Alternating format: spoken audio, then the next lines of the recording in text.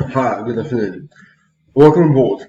So today's topic has to do with teaching, surprise, surprise, and especially with teaching grammar, but I'll come to this part a bit later. So, what's the traditional approach to teaching?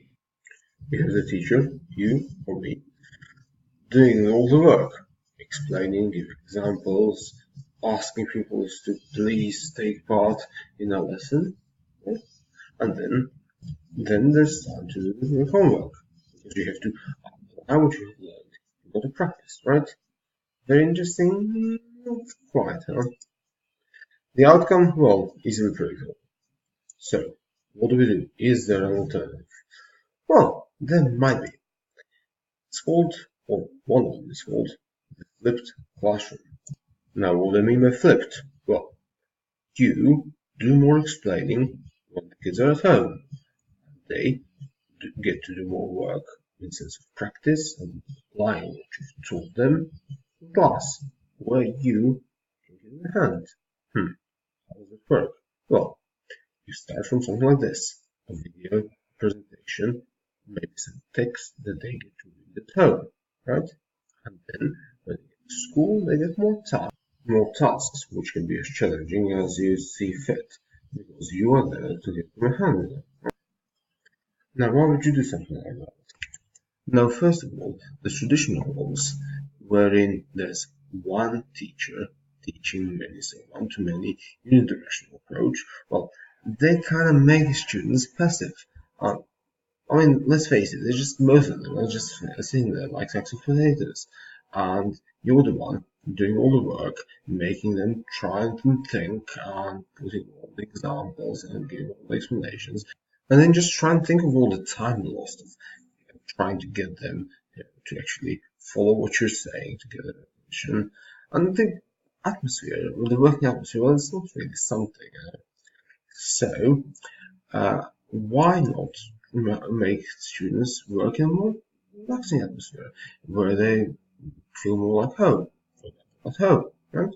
This one has the dual benefit of moving the input stage at a place and time which is more suitable for your learners, for your students, and moving the application part where you can have more control over it.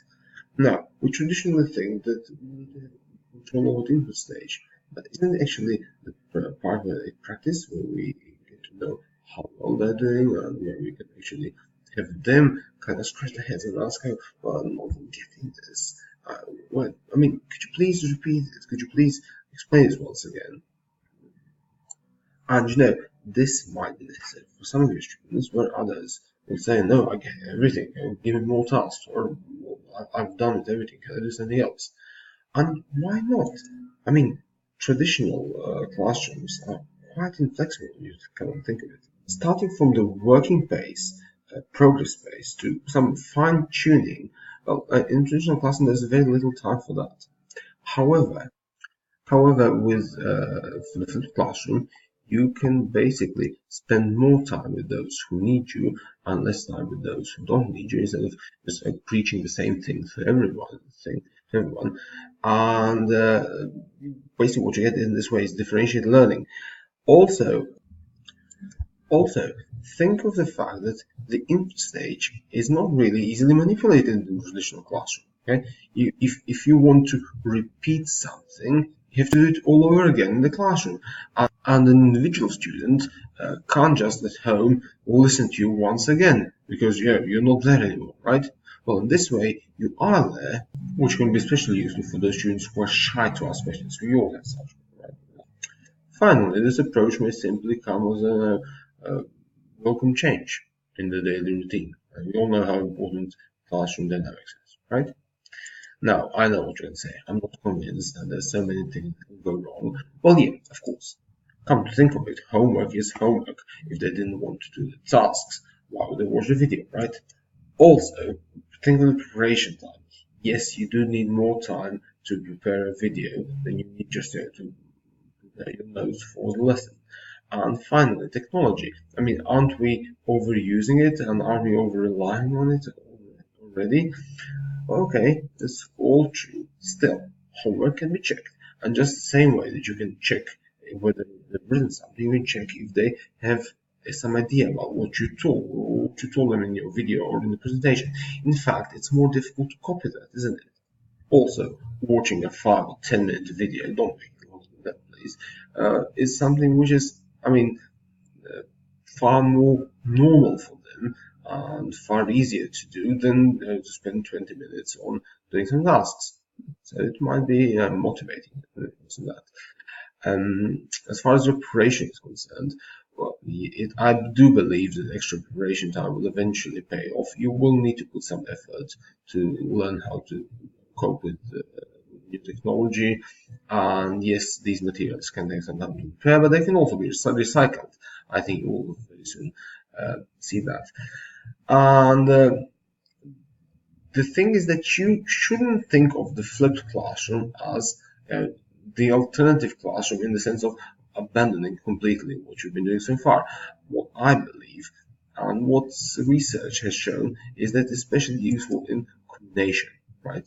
So when you bring something new, something fresh to the classroom, right? And one of the ways you can do this is also something that's called in-class flip.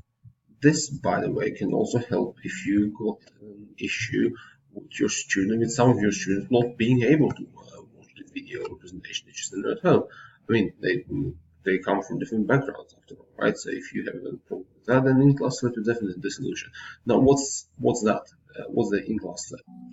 This means that they get to watch your video, or they get to work on your pre-prepared materials in class.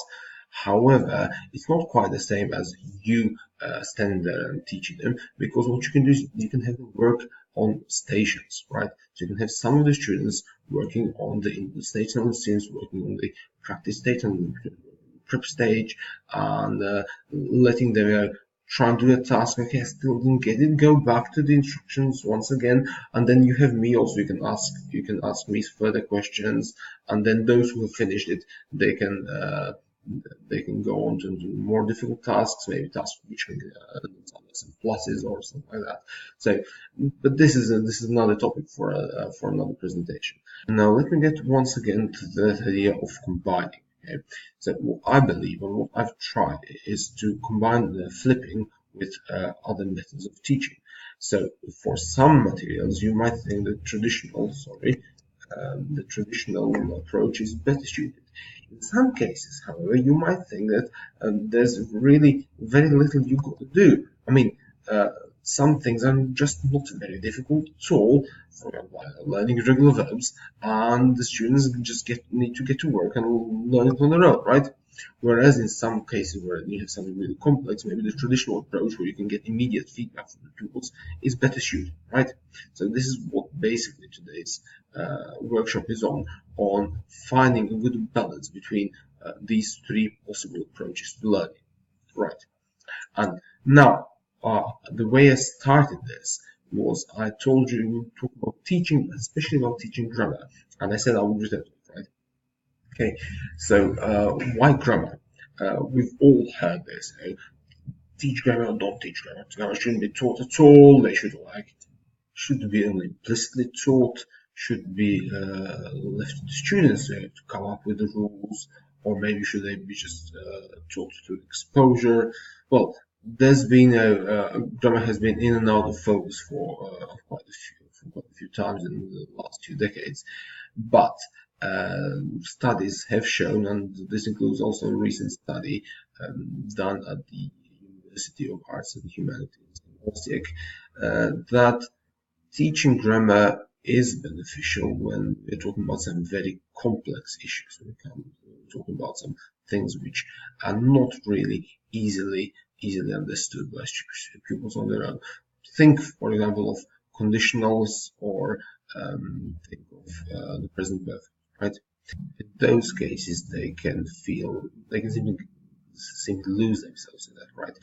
And they really need us to guide them. On the other hand, there's some grammar issues where you just need to push them in the right direction, give them some basic input, and they can do the rest on their own, right? And finally, there's such grammar issues which are really something that they can learn on their own. You just point them to the books and tell them, okay, look, here's the rules, here's examples, ask me when you get stuck, right? So that's what basically today we're going to talk about. How much teaching is really necessary, when to teach grammar, when not to teach grammar, the flat grammar.